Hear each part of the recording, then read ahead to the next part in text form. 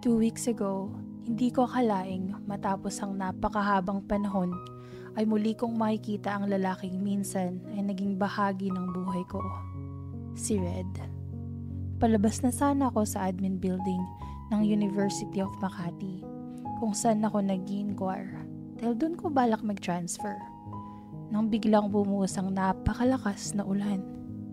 Dahil nakalimutan kong magdala ng payong, napilitan akong magpatila muna ng ulan. Ilang minuto pa lang yata ako nakatayo malapit sa may exit. May bumangga sa likod ko. Ouch! Pangako dahil may kalakasan ng pagkakabangga sa akin.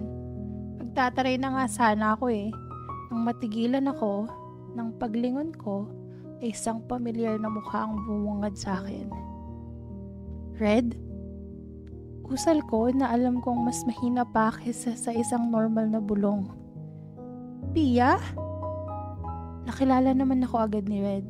Well, wala naman masyadong nagbago sa itsura naming dalawa mula nang huli kaming nakita. 3 years ago, nagkakilala kami ni Red sa Leyte, kung saan talaga ako nakatira. Nag-transfer sa school namin si Red dahil pansamantalang naghiwalay ang parents niya at nagpa siyang umuwi ng Leyte ang mommy niya. Dahil nga trans-free at Manilenyo, marami ang agad na nagkagusto sa kanya. At isa na nga ako doon. Red was tall, devilishly handsome, and has this lopsided smile that easily captured my heart. I remember na naging close kami dahil sa isang group project kung saan magka-group kaming dalawa. Sa bahay ng isa pa naming kaklase, doon kami gumagawa ng mga projects namin. And every time na maghihiwalay na kami, palagi niya akong hinahatid sa amin. Doon, mas lalong nahulog ang loob ko kay Red. Then, one time, umuulan ng malakas tapos ng klase.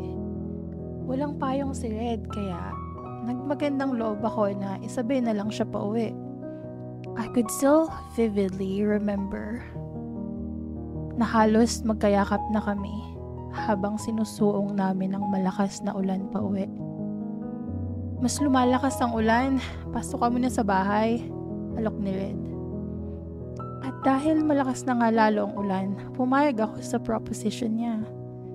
In that time, aminin kong parang ayoko pang wala siya sa tabi ko.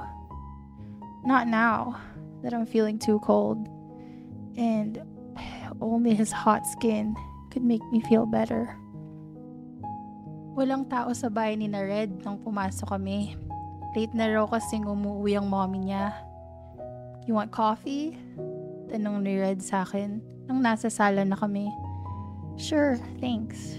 Sagot ko naman. Hindi nagtagal ay magkatabi na kaming nakaupo sa sofa habang sinisimsim ang kanya-kanya naming kape.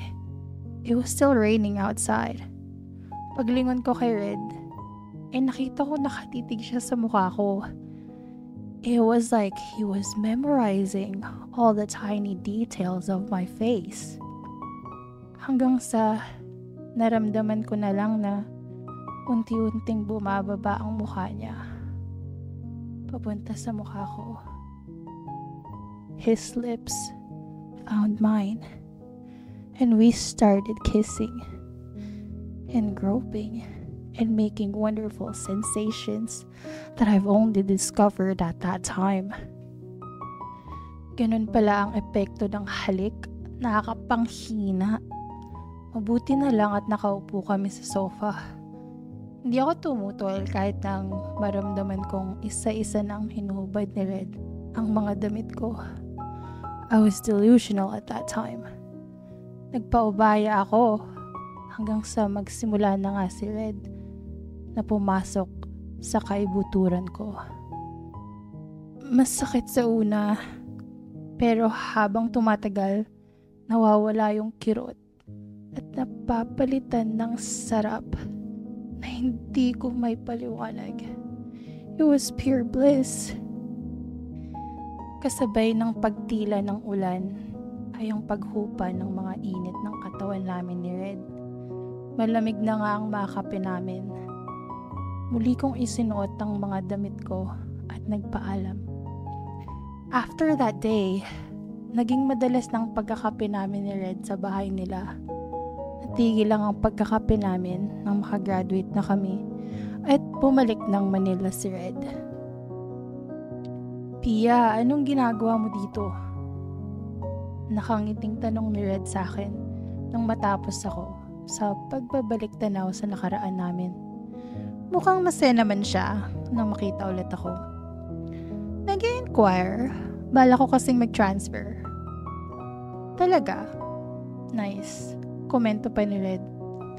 Ilang saglit pa kaming nagkwentuhan and hindi pa rin tumitila ang ulan at tila lalo pang ang lumalakas. Saan ka pinakatira ngayon? Diyan lang sa may Sembo, sagot ko. Hatid na kita, mukhang wala kang payong eh, alok ni Red. Parang nabaliktad lang ang nangyari sa amin noon. Hinatid nga ako ni Red hanggang sa tinutuluyan kong apartment sa may Sembo. At dahil maliit lang naman ang payong ni Red, medyo basa na rin kami by the time na narating namin ang apartment ko. At bago pa man magbago ang isip ko, inalok ko siyang pumasok sa tinutuluyan ko. Baka gusto mo nang tumuloy. Kape tayo? Nakita ko ang pagsilay ng ngiti sa mga labi ni Red bago kami tuluyang pumasok sa maliit na kwartong inuupahan ko. Pagkasara ng pinto ay kusang naglapat ang mga labi naming dalawa. Pwede naman kami magkape mamaya, but this, can't wait. Nakaramdam ang katawan ko ng pamilyaridad sa bawat haplos at halik ni Red sa katawan ko. It was still awesome, just like before, just how I remember it. Walang label ang relasyon namin ni Red, pero sa sarili ko, alam kong it was more than the physical attraction. I think I like him a lot. At hihintayin kong dumating ang panahon na hindi na lang kape ang iaalok niya sa akin. If you'd like to hear more stories in the future, subscribe now.